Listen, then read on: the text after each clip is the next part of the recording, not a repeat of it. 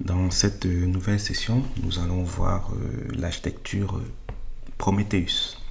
Donc pour ça, il faut aller sur le site de Prometheus, prometheus.io, et ensuite on va dans la doc. Donc une fois que vous êtes dans la doc, vous allez retrouver son architecture. Donc en général, lorsqu'on va parler de Prometheus, en général, on est en train de parler de Prometheus Server. Et le Prometheus Server, il est composé de 3 briques principales. Il y a la première brique qui est la brique de récupération, donc c'est elle qui va être en charge d'aller récupérer les métriques.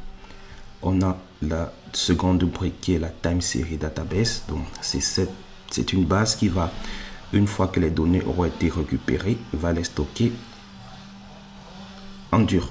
Donc le stockage peut se faire sur un disque HDD ou SSD. Bien évidemment, pour des raisons de performance, si possible, privilégier du SSD. À côté de ces 2 briques, il y a une brique HTTP Server. C'est vraiment la brique qui va vous permettre d'avoir cette visualisation simple de vos métriques. Et pour cette visualisation, va se baser sur le langage Prometheus Query Language qu'on abrège en général PromQL. Et donc, à partir de ce langage, on a une interface graphique de Prometheus assez simpliste qui va permettre de voir nos métriques, quel est l'état de notre serveur.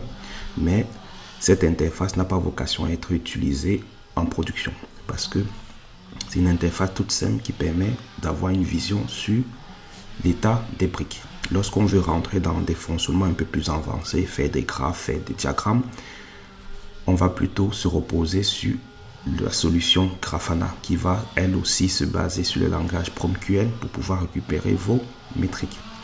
Bien évidemment, si vous ne voulez pas travailler avec du Grafana, vous pouvez utiliser différentes solutions et même vous baser sur l'API. Donc, une fois qu'on a récupéré les métriques, on pourra positionner des conditions au niveau de ces métriques et lorsque les conditions sont remplies, on pourra déclencher des alertes et les alertes sont envoyées sur une autre brique du cluster Prometheus qui est donc la brique Alert Manager. Et donc c'est cette brique, une fois qu'elle va recevoir les alertes, va se charger de faire les notifications sous différents canaux. Ça peut être de l'email, ça peut être du pager d'outils, ça peut être toute autre solution de notification. Précédemment, j'ai dit qu'il y avait une brique qui se charge de la récupération des données. Et donc pour récupérer les données de manière standard, Prometheus va se baser sur ce qu'on appelle les exporteurs. Donc c'est pour cela qu'ici, vous voyez, on a du pull. Bien évidemment, ça c'est très important, cette notion de pull et de push. Ça va être très important si vous devez faire les ouvertures de flux. Dans une architecture Prometheus, c'est le serveur qui va récupérer les données. Donc c'est pour cela qu'on va parler de pull. Alors que lorsqu'on est sur l'alert manager, ça va être du push. Donc lorsqu'une alerte est détectée, le Prometheus envoie l'alerte. Alors que lorsqu'il faut récupérer les données, c'est plutôt le serveur qui va récupérer les données. Donc c'est très important lorsque vous allez faire vos gestions de flux. Et donc, lorsque on veut récupérer les données, Prometheus a défini un standard qui est ce qu'ils vont appeler les exporteurs. Et donc les exporteurs, ça va être l'application en question qu'on souhaite observer qui va émettre ces données sur un format standard à Prometheus qu'on va appeler les exporteurs.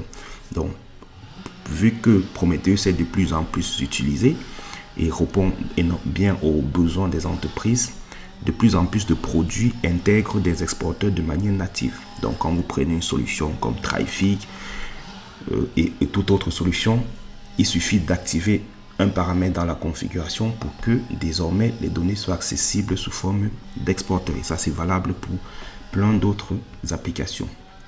Donc, on a le concept d'exporteur. À côté du concept d'exporteur, on va parler de Prometheus Target. Ça, c'est aussi très important parce que lorsque les données sont présentées par l'application, on va parler d'exporteur. Mais lorsqu'on sera au sein du serveur Prometheus, on ne parlera pas d'exporteur, mais on parlera de target. Donc, au niveau du serveur Prometheus, on va définir des targets et les targets vont venir récupérer les données sur des exporteurs. Ça, c'est très, très important. Tout à l'heure, j'ai parlé des applications qui exportaient de manière native, mais il existe aussi des applications qui ne le font pas de manière native.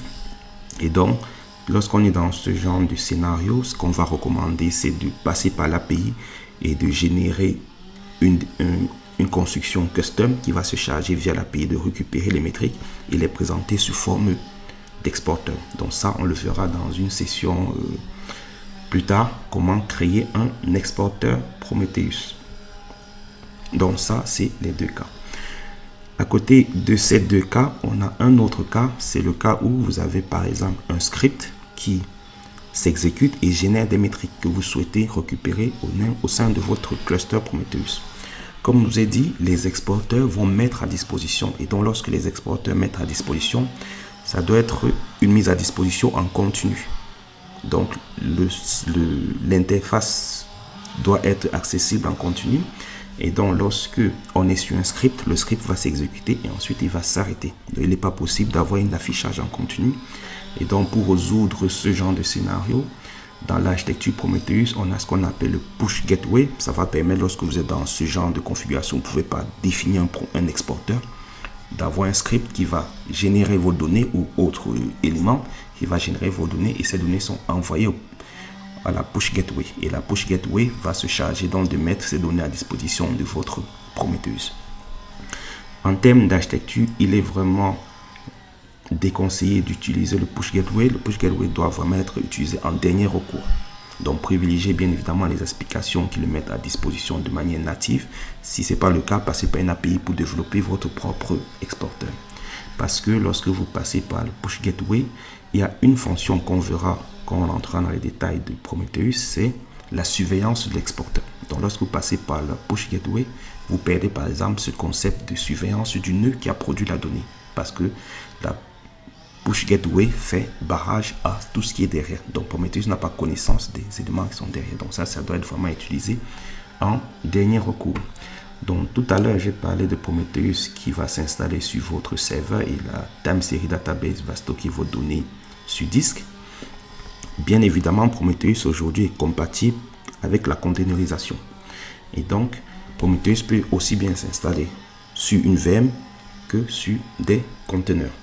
Et donc, vu que de plus en plus d'entreprises ont fait le choix de basculer vers du Docker ou du Kubernetes, donc Prometheus peut s'installer dans un environnement containerisé et donc pouvoir automatiquement récupérer l'ensemble des métriques de vos conteneurs. Et donc, on verra ça aussi dans les sessions qui vont arriver.